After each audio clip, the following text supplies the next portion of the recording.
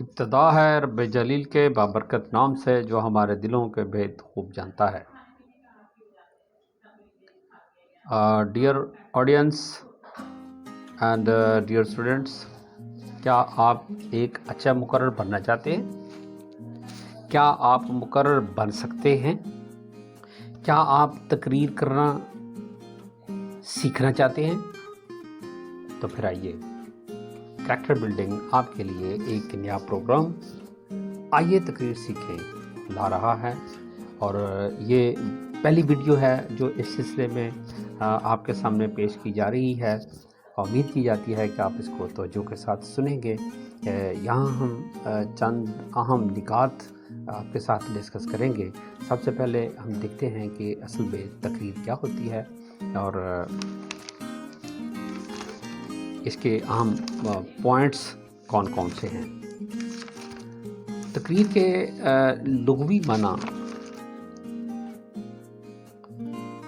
ثابت کرنا، برقرار رکھنا اور خاص ترتیب سے آگے بڑھنا ہے، جبکہ تقریر کے اصطلاحی معنی بولنے کے فن میں مہارت حاصل کرنا ہے۔ اللہ تعالیٰ نے انسان کو اشرف المخلوقات پیدا کیا ہے، تو ان تمام اوصاف جو ایک انسان کے پاس ہونے چاہیے ان میں بولنا بھی ایک خوبی ہے، ایک وصف ہے، اور اس میں ہر شخص کمال حاصل کر سکتا ہے۔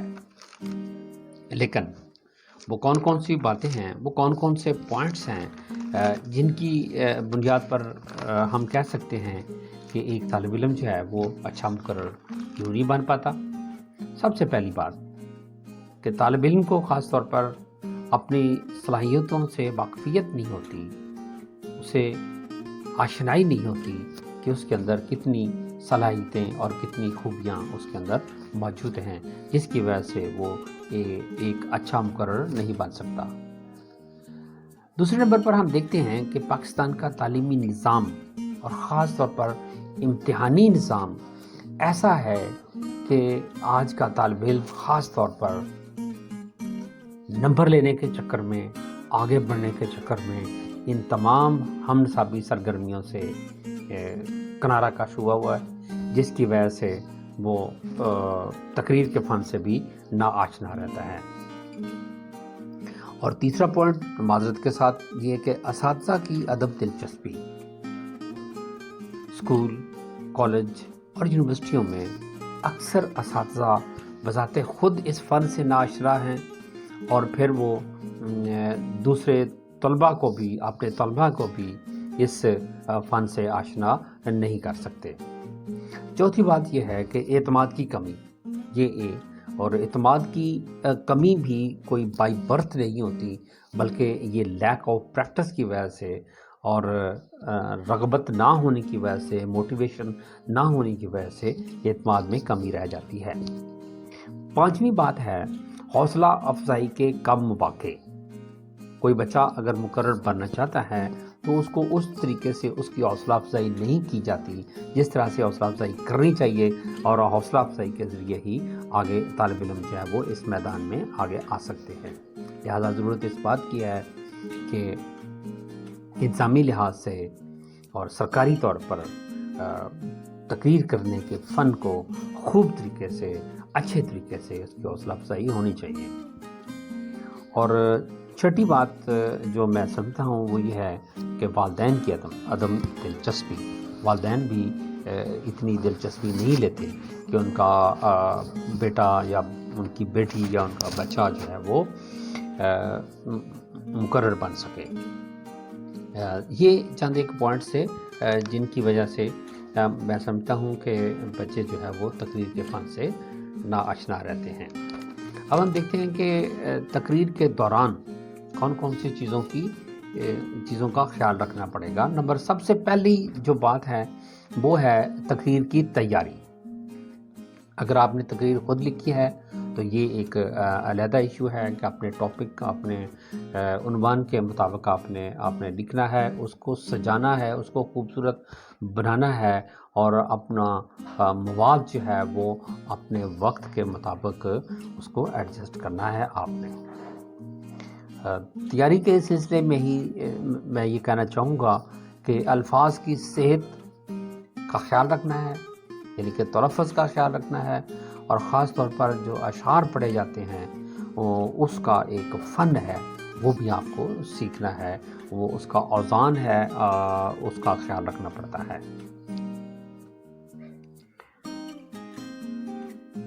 اس کے بعد جو ہے وہ مقرر کو اس کی تقریر کی نمبروں کی تقسیم کا اندازہ ہونا چاہیے، اور یہ تقسیم جو ہے وہ مختلف مراحل میں مختلف جگہوں پہ اس کی نمبروں کی تقسیم جو ہے وہ چینج ہوتی رہتی ہے، لیکن عموماً جو ہے وہ آپ یہ ذہن میں رکھیں کہ مواد کے 10 نمبر ہیں، آپ کے تلفظ کے 10 نمبر ہیں، اور مجموعی کارکردگی جس میں آپ کی آواز کا اتار چڑھاؤ، آپ کا انداز، آپ کی باڈی لینگویج وغیرہ کے 10 نمبر ہیں، تو یہ ٹوٹل جو ہے وہ 30 نمبر بنتے ہیں ایک جج صاحب کے۔ عموماً اسپیچ کو جج کرنے کے لیے 3 ججز ہوتے ہیں، اس کا مطلب یہ ہوا کہ تمام ججز کے نمبر ملا کر 90 نمبر ہیں، جس میں سے آپ نے میکسیمم مارکس لینے ہوتے ہیں۔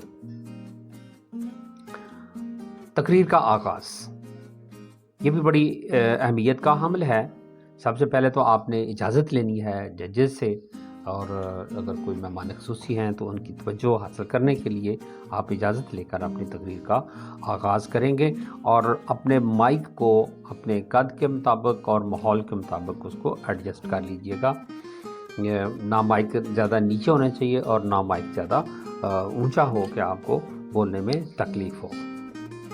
نیکسٹ ہے آپ کی آواز، which is very important، جو بڑی ہی اہم ہے۔ اس کے لیے یہ پی فارمولا ہے، P formula, P for pitch, P for pace, P for pause and P for punctuation, یعنی کہ پچ، یعنی کہ آپ کا آواز کا اتار چڑھاؤ، آپ کی آواز کی سپیڈ، آپ کی رفتار، اور گفتگو کے دوران پاس لینا، رکنا کس جگہ پر، کس لفظ کے ساتھ، کس سنٹینس کے ساتھ آپ نے رکنا ہے، اور تلفظ کی بات ہے۔ آپ کی آواز پرجوش ہونی چاہیے، اور جہاں پر لوگ بیٹھے ہوئے ہیں، جہاں پر آپ سپیچ کر رہے ہیں، ان کی تعداد کے مطابق آپ کی آواز ہونی چاہیے، اور یا پھر جہاں پر جس کمرے کے اندر یا جس حال کے اندر آپ سپیچ کر رہے ہیں اس کے مطابق ہونی چاہیے۔ نیکسٹ پوائنٹ ہے باڈی لینگویج۔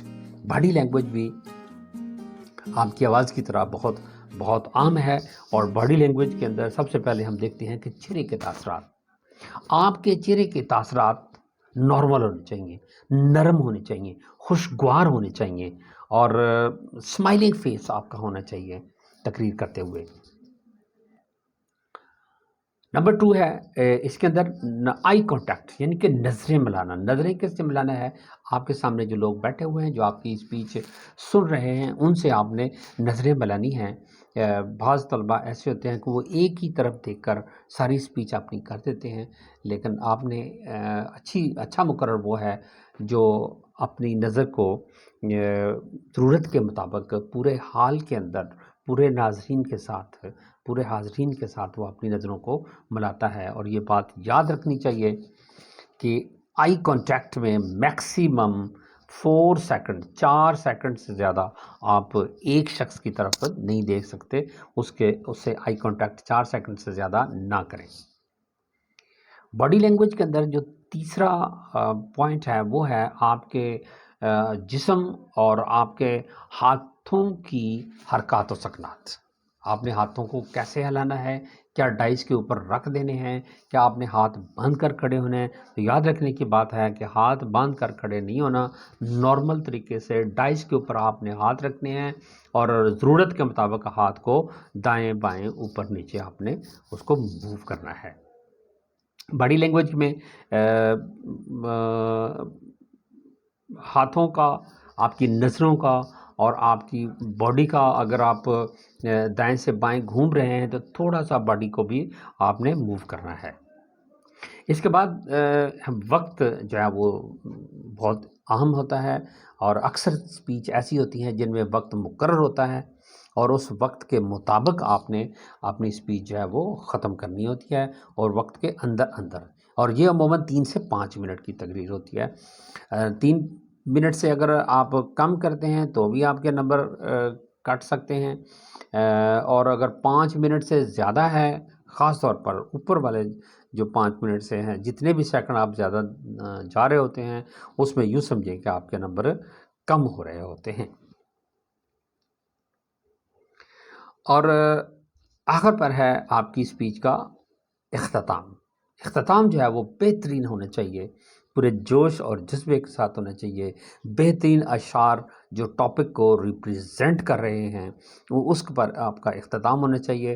اور یاد رکھنے کی بات ہے کہ اپنے ڈائس کو چھوڑنے سے پہلے آپ کی گفتگو مکمل ہو جانی چاہیے. یہ نہیں ہونا چاہیے کہ آپ کچھ الفاظ جو ہے وہ چلتے ہوئے جو ہے وہ بولیں.